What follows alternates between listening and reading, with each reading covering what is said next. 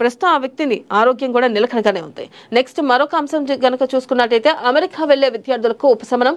F1 నుంచి H1Bకి మారితే $1,00,000 కట్టనక్కర్లేదు. తాజా మార్గదర్శకాల్లో స్పష్టతనిచ్చిన అమెరికా ఇమిగ్రేషన్ విభాగం ఇప్పటికే అక్కడ ఉన్నవారికే సౌలభ్యం. J1 L1 వారికి మినహాయింపు. ఇప్పటికే H1B వీసా ఉండి కంపెనీ మారే వారికి వర్తించరు. ఇక కొత్తగా వెళ్లే వారికి పాత వీసాల గడువు ముగిసిన వారికి మాత్రమే $1,00,000 ఫీజు.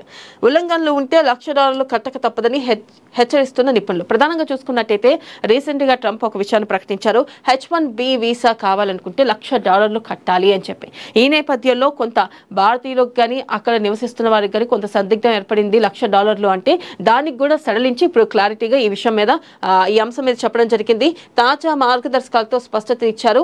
అయితే J1 L1 వారికి మినహాయింపు ఉంటుందని, అలాగే H1B వీసా ఉండి కంపెనీ మారే వారికి వర్తించదు అంటూ కూడా కొత్తగా వచ్చే వారికి ఎవరైతే అమెరికాకి కొత్తగా వస్తున్నారో లేకపోతే గడువు అయిపోయిన వాళ్ళు ఎవరైతే ఉన్నారో వాళ్ళు మాత్రమే $1,00,000 కట్టాలంటూ కూడా ట్రంప్ సర్కార్ ప్రకటించింది. నెక్స్ట్ మరొక అంశం కనుక చూసుకున్నట్టయితే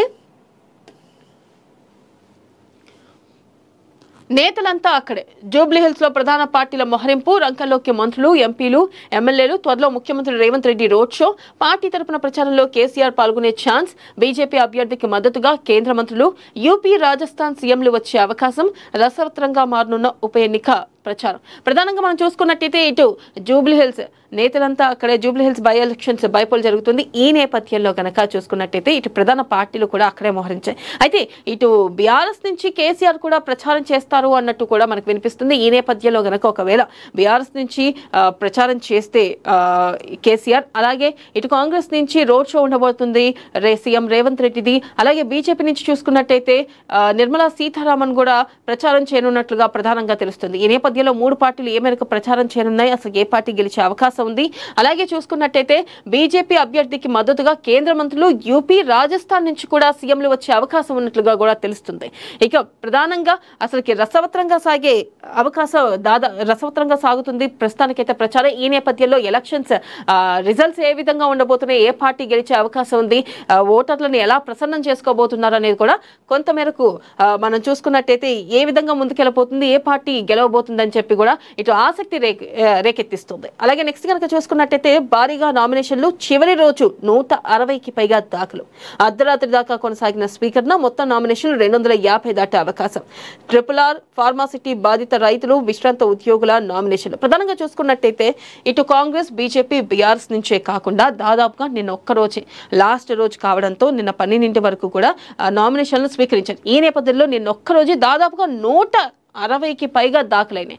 అయితే ప్రధానంగా ఇక్కడ చూసుకున్నట్టయితే బీఆర్ఎస్, బీజేపీ, కాంగ్రెస్ ఈ 3 పార్టీల నుంచి విసుగు చెందిన వారు, అంటే బయట నుంచి ఎవరైతే ఈ RRR, అలాగే ఫార్మాసిటీ బాధిత రైతులు, అలాగే మనం చూసుకున్నట్టయితే విశ్రాంత ఉద్యోగులు ప్రధానంగా నామినేషన్లు వేయటం జరిగింది.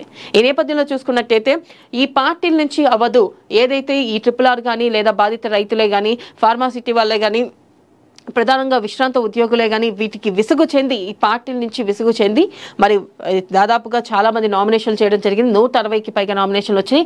మొత్తం మీద 250 నామినేషన్లు వచ్చాయి. ఈ నేపథ్యంలో ఏం జరగబోతుంది, మరి ఈసారి ఈ ప్రధాన పార్టీలకు వ్యతిరేకంగా చిన్న చిన్న కొత్త పార్టీలు పుట్టుకొస్తున్నాయి, ఎవరైతే విసుగు చెంది ఇండిపెండెంట్ గా నిలబడుతున్నారు. ఈ నేపథ్యంలో అసలు ఏం జరగబోతుంది, జూబ్లీహిల్స్ బైపోల్ ఎలక్షన్స్ అనేది కూడా కొంతమేర ఆసక్తి నెలకొంది. అయితే నెక్స్ట్ కనుక చూసుకున్నట్టయితే దానం కాంగ్రెస్ స్టార్ క్యాంపెయినరా?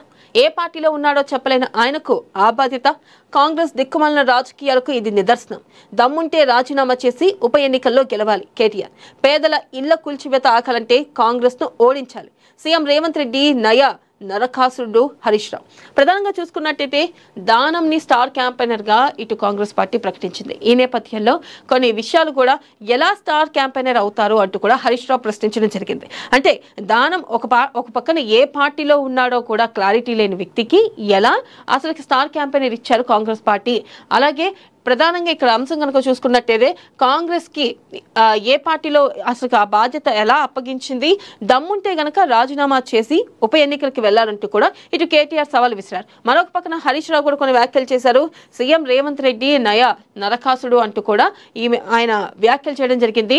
మరి అసలుకి దానంని స్టార్ క్యాంపెయినర్ గా కొనసాగిస్తారా, లేకపోతే మరి మరొక వ్యక్తికి ఇచ్చే అవకాశం ఉందా, లేకపోతే ఒకవేళ గనక కొనసాగిస్తే మరి ఇటు కేటీఆర్ అలాగే హరీష్ అడిగిన వాటికి కాంగ్రెస్ ఏ విధంగా సమాధానం చెప్పే అవకాశం ఉంది చూడాలి. అలాగే ఏ సమస్య ఉన్నా నేరుగా నాకే చెప్పాలి. కొండా దంపతులకు సీఎం రేవంత్ సూచన. దీపావళి రోజున ముఖ్యమంత్రితో వారి భేటీ. సమావేశంలో పాల్గొన్న డిప్యూటీ సీఎం బట్టి విక్రమార్క, టీపీసీసీ చీఫ్ మహేష్ గౌడ్. తమ కూతురు సుస్మిత వ్యాఖ్యల పట్ల విచారం వ్యక్తం చేసిన కొండా దంపతులు సున్నితమైన అంశాలపై మాట్లాడేటప్పుడు సంయమనం పాటించాలి మహేష్ గౌడ్. ప్రధానంగా చూసుకున్నట్టయితే ఏదైతే కొండా ఎపిసోడ్లో జరుగుతున్న దాదాపు అనేక విషయాల్లో రచ్చ ఏదైతే కొండా దంపతుల విషయంలో జరుగుతుందో కొన్ని రోజులు అనేక వార్తలు వచ్చాయి. ఈ నేపథ్యంలో ఆ వార్తలన్నింటికీ పులి స్టాప్ పడినట్టే కనిపిస్తుంది. కొండా దంపతులు మన దీపావళి రోజున సీఎం రేవంత్ రెడ్డిని కలవడం జరిగింది. అలాగే వాళ్ళ కూతురు సుస్మిత ఏదైతే సీఎం రేవంత్ రెడ్డి మీద కొందరు మంత్రుల మీద వ్యాఖ్యలు చేశారో ఆ వ్యాఖ్యలు కూడా మేము చింతిస్తున్నామంటూ కూడా ఇటు కొండా దంపతులు చెప్పడం జరిగింది. ఈ నేపథ్యంలో చూసుకున్నట్టయితే కూడా ఇక్కడ సీఎం రేవంత్ రెడ్డి ఒకటే చెప్పారు, ఏ గొడవ ఉన్నా ఏదున్నా ఫస్ట్ నాకే చెప్పాలి అంటూ కూడా ఇటు సీఎం రేవంత్ రెడ్డి తనకి చెప్పాలి అంటూ కూడా ఉద్దేశించి వ్యాఖ్యానించడం జరిగింది. అలాగే మహేష్ కుమార్ గౌడ్ కూడా ఒక వ్యాఖ్య చేశారు, ఏదున్నా కానీ సంయమనం పాటించి మాట్లాడాలి అంటూ కూడా కొండ దంపతులను ఉద్దేశించి అలాగే కొండ కూతురు ఎవరైతే సుస్మిత ఉన్నారో ఆమెను ఉద్దేశించి ఆయన వ్యాఖ్యానించడం జరిగింది. అంటే ఈ గొడవ ఇక్కడితో పులి స్టాప్ పడిందా లేకపోతే ఇంకా ముదిరే అవకాశం ఉందా? ప్రస్తుతానికి చూసుకున్నట్టయితే ఈ గొడవ ఇంతటితో పులి స్టాప్ పడింది.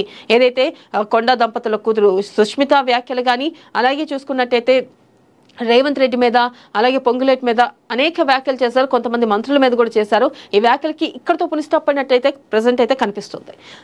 నెక్స్ట్ కనుక చూసుకున్నట్టయితే బీఆర్ఎస్ కాంగ్రెస్ మజ్లీస్లకు బుద్ధి చెప్పాలి. ఆ మూడు పార్టీలు ఒకటి. కేంద్ర మంత్రి కిషన్ రెడ్డి కాంగ్రెస్ కు అసదుద్దీన్ మద్దతు, ఆయన తమ్ముడు బీఆర్ఎస్ కు సంజయ్. ఇక రాష్ట్రాన్ని మార్పు వైపు తీసుకెళ్లే ఈ ఎన్నిక చాలా